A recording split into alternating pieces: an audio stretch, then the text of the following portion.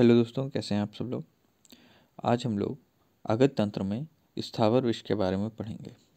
इसमें हम लोग परिभाषा, स्थावर विष के अधिष्ठान, स्थावर विष के संख्या, फिर उसके बाद जो स्थावर विषों के जो वेग होते हैं उसके बारे में देखेंगे, उनके लक्षणों के बारे में देखेंगे और फिर उनकी चिकित्सा के बारे में पढ़ेंगे। तो चलिए स्टार्ट करते हैं। वीडियो को पूरा देखने से पहले चैनल को सब्सक्राइब कर लें। तो सबसे पहले देखते हैं स्थावर विष। स्थावर विष की परिभाषा। तो स्थावर विष की परिभाषा ये है कि स्थावर द्रव्य में पाए जाने वाले विष को स्थावर विष कहते हैं। स्थावर द्रव्य मतलब कि जो हिलते डुलते नहीं हैं, उन्हें स्थावर कहते हैं। आचार्य वाग्भट ने क्या कहा कि चूंकि यह स्थावर मूर्तियों में रहता है, इसलिए स्थावर मतलब कि ऐसी मूर्तियां जो स्थिर हों, ऐसी वस्तुएं जो स्थिर हों, जैसे पेड़ पौधे होते हैं, उन्हें जनरली स्थावर मूर्तियों से पेड़ पौधों को लिया जाता है, परंतु यहाँ पे खनिजों का भी थोड़ा उल्लेख होता है। स्थावर विष के अधिष्ठान मतलब कि जो स्थावर विष है वो कहाँ कहाँ पे पाया जाता है। तो सबसे पहले मूल हो गया, फल हो गया, त्वक, सार, धातु, पत्र, पुष्प, क्षीर, निर्यास और कंद, इन सब स्थानों में पाया जाता है। डायग्राम में आप लोग देख सकते हैं, आया हुआ। फिर उसके बाद स्थावर विष के भेद।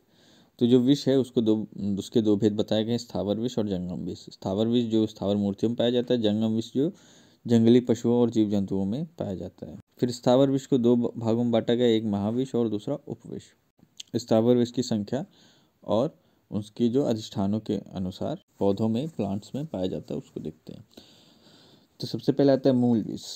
तो मूल विष की संख्या होती है 8 और ये क्लितक, गुंजा, घरघरक, विद्युत शिखा, कनेर, सुगंध, करघाट और विजयानी में। पत्र विष जो पत्तों में पाया जाता है विष, इसकी संख्या 5 होती है। विष पत्रिका, लंबा, करम्ब, महाकरम्ब और वरदारू, इन 5 प्लांट्स में पाया जाता है।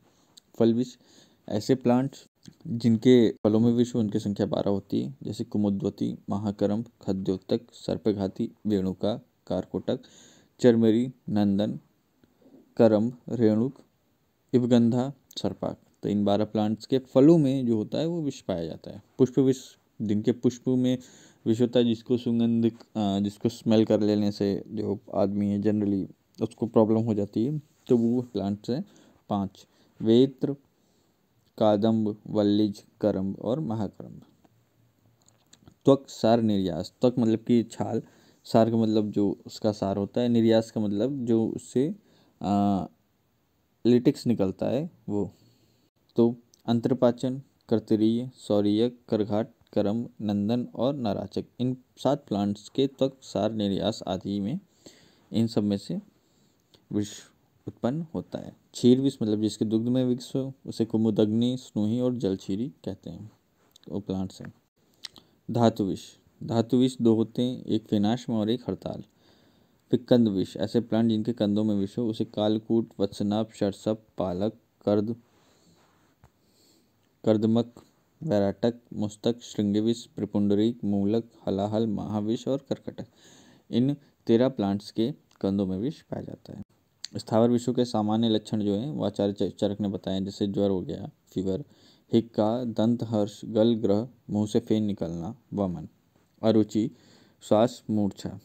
फिर इसके बाद अधिष्ठान अनुसार विष के विशिष्ट लक्षण, जो आचार्य सुश्रुत हैं उन्होंने अधिष्ठान अनुसार विष के विशिष्ट लक्षणों का उल्लेख किया है। तो जो मूल विष है, जैसे कि जो प्लांट्स हैं, हमने उनके मूल विष का अगर इंटेक किया है, पर्सन ने मूल विष का इंटेक किया है, तो उसमें उद्वेष्टन, प्रलाप और मोह आएगा। पत्र विष में इंटेक किया है तो उसे जंभा, अंग उद्वेष्टन, श्वास की प्रॉब्लम होगी। फल विष का इंटेक किया है तो व्रणशोथ, दाह, अन्वदेश। पुष्प विष किया है तो छर्दी, आदमान, मोह। त्वक, सार, निर्यास का इंटेक किया तो मुख से दुर्गंध आना, पारुष, शिरोवेदना और कफस्राव। क्षीर विष का इंटेक किया है तो फेनागम, जिह्वा का भारीपन, अतिसार। धातु विष का इंटेक किया है तो हृदय प्रदेश में वेदना, मूर्छा और तालू में दाह, ये सब लक्षण उत्पन्न होंगे। फिर उसके बाद कंद विषों के विशिष्ट लक्षण, जो कंद विष है उनके विशिष्ट लक्षण जो हैं, जैसे कालकूट को इंटेक किया किसी पर्सन ने तो उसे स्पर्श का ज्ञान, कंपन, जड़ता आएगी। वसनाप का इंटेक किया तो उसे ग्रीवास्थम, मलमूत्र का पीत वर्ण का होना, नेत्रों में पीलापन। शरसप का इंटेक किया तो वायु की विपरीतता, अना, गांठों में उत्पत्ति आएगी। पालक का इंटेक किया है तो उसमें ग्रीवा की दुर्बलता, वाणी का अवरोध हो सकता है। कर्दमक का इंटेक किया किसी ने तो मुख से पानी आना, अतिसार, आंखों का पीलापन। वराटक का इंटेक किया है तो अंगों का दुखना, शिरो रोग हो सकता है। मुस्तक का इंटेक किया है तो शरीर में स्तंभन, कंपन हो सकता है। श्रृंगी विष का इंटेक किया है तो उससे दाह और उदर वृद्धि हो सकती है। प्रपुंडरीक का इंटेक किया है किसी ने तो आंखों में लालिमा, उदर और वृद्धि हो सकती है। मूलक का इंटेक किया है तो विवर्णता, हिक्का, शोफ, मूढ़त्व हो सकता है। महाविष का इंटेक किया है तो हृदय में ग्रंथि, असहनीय शूल ये उत्पन्न हो सकते हैं। हलाहल का इंटेक किया किसी ने तो श्वास की गति मंद हो सकती है, श्वासावरोध हो सकता है, श्वास का देर से आना, शरीर का काला पड़ जाना। कर्कटक का इंटेक किया किसी ने तो मनुष्य की ऊपर की ओर उछलता कूदता है, हंसता हुआ, दांतों को काटता एवं किटकिटाता है। इसके बाद देखते हैं स्थावर विषों की मारकता। ये विष अपने विषैले प्रभाव से 1, 5 या 30 दिन में प्राणों का हरण कर लेते हैं। 10 गुण से युक्त विष तत्काल मारक होते हैं। ऐसे जो विष के 10 गुण बताए गए हैं, अगर वो किसी प्लांट में होते हैं, किसी विष में होते हैं, तो वो तत्काल मारक सिद्ध होते हैं। तो गाइस ये था स्थावर विष का पार्ट 1, और इसके बाद हम लोग अगली वीडियो में स्थावर विष के वेग और उसकी चिकित्सा के बारे में पढ़ेंगे। Thank you so much for watching.